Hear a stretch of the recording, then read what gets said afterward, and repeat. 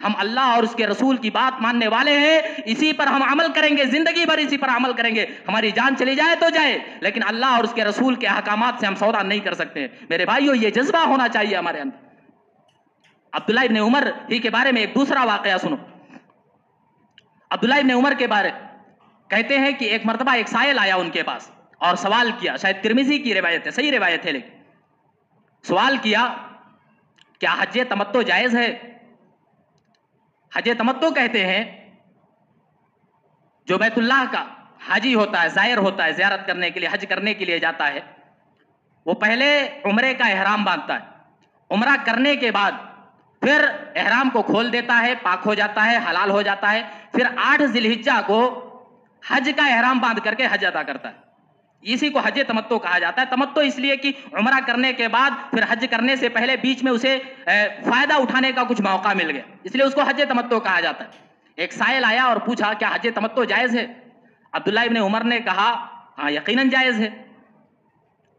اس آدمی نے عبداللہ ابن عمر کی بات پر توجہ نہیں دی اتنا زیادہ, اور کیا کہا, فوراً انکار کرتے ہوئے کہتا ہے آپ کے ابا جان تو کہتے ہیں کہ حج تمتع جائز نہیں ہے. ابا جان مطلب عمر بن خطاب رضی اللہ تعالیٰ عنہ. آپ کے ابا جان کہتے ہیں کہ حج تمتع جائز نہیں ہے اور آپ کہتے ہو جائز ہے. عبداللہ ابن عمر فوراً غصہ ہو گئے, جلال میں آ گئے, غصے میں آ گئے اور کہا امرو ابی یتبع امرو رسول اللہ, ذرا مجھے یہ بتا میرے باپ کی مانے گا کہ میرے رسول کی مانے گا؟ میرے باپ کی بات کو مقدم رکھے گا یا میرے رسول کی بات کو مقدم رکھے گا؟ اس آدمی نے فوراً کہا رسول کی بات کو. فوراً عبداللہ ابن عمر نے کہا بس فیصلہ ہو گیا, بس بات ختم, نبی کی بات آ گئی, وہاں میرے باپ کی بھی نہیں چلے گی, وہاں میرے باپ کی بھی نہیں چلے گی. آپ سماج اور معاشرے میں نگاہ اٹھا کر کے دیکھو کتنے ایسے لوگ ہیں جن کے باباؤں کی چل رہی ہے, پیروں کی چل رہی ہے, فقیروں کی چل رہی ہے, مرشدوں کی چل رہی ہے, بزرگوں کی چل رہی ہے, ولیوں کی چل رہی. غور کرو آپ, دین کے معاملے میں عمر بن خطاب جیسی شخصیت کی بات نہیں مانی جا سکتی تو تیرے پیر کی کیا حیثیت ہے؟ تیرے پیر کی کیا حیثیت ہے؟ عمر بن خطاب کی بات اگر دین کے معاملے میں نہیں چلتی ہے تو میرے بھائیوں تمہارے پیروں کی اور تمہارے محلے کے مولویوں کی بھی بات دین کے اندر نہیں مانی جائے گی. یہ عبداللہ ابن عمر نے کہہ دیا امرو ابی یتبع امرو رسول اللہ, میرے رسول کی بات مانی جائے گی, میرے باپ کے حکم کی پیروی نہیں کی جائے گی. میرے محترم بزرگوں اور دوستوں, ہم اور آپ ایسے سماج اور معاشرے میں زندگی گزار رہے ہیں جہاں پر ہم میں سے اکثر لوگ ڈیلی تقاریر کو سنتے ہیں, خطبات کو سنتے ہیں, دروس کو سنتے ہیں, علماء کے بیانات کو سنتے ہیں, اس کے باوجود بھی ہمارے اندر غیرت نہیں آتی. سچی میں غیرت نہیں آتی, دین کے معاملے میں ہمارے اندر غیرت نہیں آتی ہے. ہم ڈیلی دروس سنتے ہیں, ڈیلی سبق سنتے ہیں, ڈیلی خطبات سنتے ہیں, مسجد کے مصلی پہ بیٹھ کر کے ڈیلی امام صاحب کچھ نہ کچھ بیان کرتے ہیں کہ اللہ کے رسول نے کہا ہے. ہم تو پہلی بات سننے کے لیے تیار نہیں ہوتے, اور اگر سن لیے تو اس پر عمل نہیں کرتے ہیں. پھر بھی ہم گناہوں کو چھوڑنے کے لیے تیار نہیں ہوتے. میرے بھائیوں صحابہ اکرام کی زندگیاں دیکھو, صحابہ اکرام کی زندگیاں, ہزاروں کا نقصان ہو جائے چلے گا, ہزاروں کا نقصان ہو جائے چلے گا, ہزاروں کا خسارہ ہو جائے چلے گا, صحابہ اکرام نے کبھی بھی نبی کی بات کو سننے کے بعد یا نبی کے عمل کو دیکھنے کے بعد اس کی خلاف ورزی کو گوارا نہیں کیا ہے. ایک مرتبہ نبی کریم صلی اللہ علیہ وسلم ایک آدمی کے ہاتھ میں سونے کی انگوٹھی دیکھتے ہیں, نکال کر کے چھٹ دیتے ہیں, پھینک دیتے ہیں, اور کہتے ہیں کیا تم اس بات کو پسند کرتے ہو کہ تمہاری انگلیوں میں جہنم کا انگارہ ہو؟ پھینک دیا, سونے کی انگوٹھی نکال کر کے پھینک دی. جب اللہ کے نبی صلی اللہ علیہ وسلم اس مجلس سے دور چلے گئے تو صحابہ کرام نے اپنے اس ساتھی سے کہا جا اٹھا لے, بازار میں بیچ کر کے پیسے لے لینا. اللہ کے نبی نے پہننے سے منع کیا نا, بیچ لینا, پیسے لے لینا اور اس پیسے کو خرچ کرنا. صحابی کی غیرت دیکھو, صحابی کی غیرت. ہم اور آپ ہوتے نا چپکے سے پتہ نہیں کیا کیا کرتے. صحابی کی غیرت دیکھو, صحابی کی غیرت. صحابی فوراً غیرت بھرے لہجے میں کہتے ہیں واللہ لا آخذہ وقد طرحہ رسول اللہ, اللہ کی قسم میں اس چیز کو اب اٹھا نہیں سکتا ہوں جس کو نبی نے پھینک دیا ہے, جس کو نبی نے پھینک دیا میں اس کو نہیں اٹھا سکتا ہوں. بلکہ بخاری کی ایک روایت ہے, بخاری کی روایت میں ہے نبی کریم صلی اللہ علیہ وسلم اپنے ہاتھ میں انگوٹھی پہنے ہوئے تھے, سونے کی تھی, شاید اس وقت سونے کی حرمت نہیں آئی تھی مردوں کے لیے. اللہ کے نبی نے سونے کی اس انگوٹھی کو نکال کر کے پھینکا, صحابہ کرام نے بھی اپنی انگوٹھیوں کو اپنے ہاتھوں سے نکالا اور چھٹ دیا, پھینک دیا, اور کہا کیا کہا کہ اللہ کے نبی صلی اللہ علیہ وسلم نے چونکہ یہ عمل کیا ہے، اپنی انگوٹھی کو نکال کر کے پھینکا ہے، اس لیے ہم بھی پھینک دے رہے ہیں، ہم بھی پھینکنے پہ راضی ہو جا رہے ہیں۔ بخاری کے الفاظ آپ سنو گے حیرت ہوگی، فَنَبَذَ النَّاسُ خَوَاتِيمَهُمْ، لوگوں نے اپنی انگوٹھیوں کو پھینک دیا۔ حالانکہ صحابہ کو بھی عقل تھی، صحابہ کو بھی فہم تھی، صحابہ کو بھی سمجھ تھی، صحابہ چاہتے تو کہتے چلو اللہ کے رسول نے پھینک دیا ہے، ہم اپنی انگوٹھی نکال کے جیب میں رکھ لیتے ہیں، چلیں گے گھر میں بازار میں بیچ لیں گے یا اپنی بیوی بچوں کو دے دیں گے، وہ اس سے فائدہ اٹھا لیں گے۔ لیکن نہیں، صحابہ کی غیرت نے گوارا نہیں کیا، نبی نے پھینکا ہے ہم بھی پھینکیں گے، نبی نے کیا ہے ہم بھی کریں گے، نبی نے کہا ہے اس لیے ہم نبی کی بات ماننے کے لیے ہر وقت تیار رہیں گے۔ یہ صحابہ کا جذبہ تھا حدیث پر عمل کرنے کا۔ لیکن آج سماج اور معاشرے میں آپ دیکھو کتنے ایسے مذہبی گھرانے آپ کو ملیں گے جن کے گھروں میں موسیقی کے آلات پائے جاتے ہیں، وہ توڑتے نہیں ہیں۔ گناہوں کے آلات جن کے گھروں میں موجود ہیں، مذہبی گھرانوں میں موجود ہیں، وہ اپنے گھر کی سیڑھی توڑنے کے لیے تیار نہیں ہوتے، اپنے گھر میں پائے جانے والے ٹیلی ویژن کو توڑنے کے لیے تیار نہیں ہوتے، اپنے گھروں میں پائے جانے والے غلط یوز کیے جانے والے موبائل کو توڑنے کے لیے تیار نہیں ہوتے۔ کتنے ایسے مذہبی لوگ ہیں، شادیوں میں جا کر کے دیکھ لو، اپنے بچوں کو سونے کی انگوٹھیاں پہناتے ہیں، شادیوں میں سونے کی انگوٹھیاں پہناتے ہیں، منگنی کے وقت سونے کی انگوٹھیاں پہناتے ہیں، اور جب منع کیا جاتا ہے بھیا یہ دین میں جائز نہیں، یہ دین میں حرام ہے، اللہ کے رسول نے اس کی اجازت نہیں دی ہے، تو جانتے ہو سامنے سے بڑے پیارے سے لہجے میں جواب آتا ہے، مولوی صاحب کیا کریں، رسم و رواج کو دیکھنا پڑتا ہے، سماج اور معاشرے میں یہی چلتا ہے، اس لیے ہم کو بھی کرنا پڑتا ہے۔ میرے بھائیوں ذرا بتاؤ، آپ رسم و رواج کے نیچے دب کر زندگی گزارنے کے لیے دنیا میں بھیجے گئے یا اللہ اور اس کے رسول کے احکامات کے مطابق زندگی گزارنے کے مکلف ہو؟ رسم و رواج کے پیچھے مت پڑو، سماج اور معاشرے کے چال چلن کو مت دیکھو، یہ مت دیکھو کہ فلاں کیسی بود و باش اختیار کر رہا ہے، فلاں کی زندگانی کیسے گزر رہی ہے، فلاں کا رہن سہن کیا ہے، فلاں کیسے اعمال کر رہا ہے، وہ ہماری دلیل نہیں ہے۔ ہماری دلیل کتاب اللہ اور سنت رسول ہے۔ اللہ نے جو کہا وہ چلے گا، رسول نے جو کہا وہ چلے گا، رسول نے جو عمل کیا ہے وہ چلے گا، رسول جس عمل پر خاموشی اختیار کی ہے صحابہ نے کیا ہے، آپ نے نکیر نہیں کی، وہ ہمارے لیے حجت اور دلیل ہے۔ رسم و رواج کو گولی مارو، رسم و رواج کو چھوڑو، رسم و رواج کے نیچے دب کر کے زندگی گزارنے کی کوشش کرو گے میرے بھائیوں گمراہ ہو جاؤ گے، گمراہ ہو جاؤ گے، اور عین ممکن ہے کہ ایسی زندگی گزارنے پر اللہ رب العالمین تمہارے ایمان کو بھی سلب کر لے، تمہارے دلوں سے ایمان کا نور بھی اللہ رب العالمین چھین لے۔ اس لیے میرے محترم بزرگوں اور دوستو، میں صرف اتنا کہتا ہوں، میں صرف اتنا کہنا چاہتا ہوں کہ ہم اور آپ مسلمان ہیں،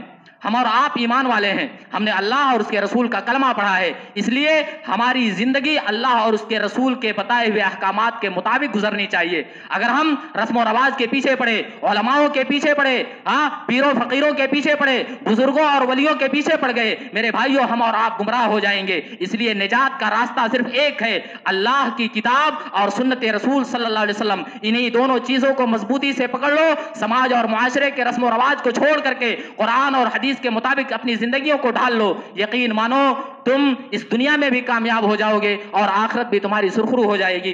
آخر میں اللہ رب العالمین سے میں دعا کرتا ہوں کہ اللہ رب العالمین مجھے اور آپ کو کتاب و سنت کے بتائے ہوئے طریقے کے مطابق زندگی گزارنے کی توفیق عطا فرمائے۔ الہ العالمین ہمیں جو بیمار ہیں تو انہیں شفاء کاملہ عاجلہ عطا فرما، ہمیں جو پریشان حال ہیں تو ان کی پریشانیوں کو دور فرما، ہمیں جو مقروض ہیں تو انہیں قرض کی ادائیگی کی توفیق عطا فرما۔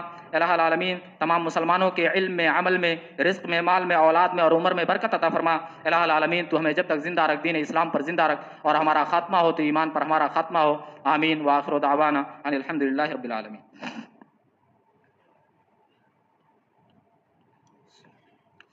ان الحمد لله نحمده ونستعينه ونستغفره ونعوذ بالله من شرور انفسنا ومن سيئات اعمالنا، من يهده الله فلا مضل له ومن يضلل فلا هادي له، واشهد ان لا اله الا الله وحده لا شريك له، واشهد ان محمدا عبده ورسوله۔ ان الله وملائكته يصلون على النبي يا ايها الذين امنوا صلوا عليه وسلموا تسليما۔ اللهم صل على محمد وعلى ال محمد كما صليت على ابراهيم وعلى ال ابراهيم انك حميد مجيد۔ اللهم بارك على محمد وعلى ال محمد كما باركت على ابراهيم وعلى ال ابراهيم انك حميد مجيد۔ عباد الله رحمكم الله، ان الله يأمر بالعدل والإحسان وإيتاء ذي القربى وينهى عن الفحشاء والمنكر والبغي يعظكم لعلكم تذكرون۔ اذكروا الله العلي العظيم يذكركم وادعوه يستجب لكم، ولذكر الله أكبر والله يعلم ما تصنعون۔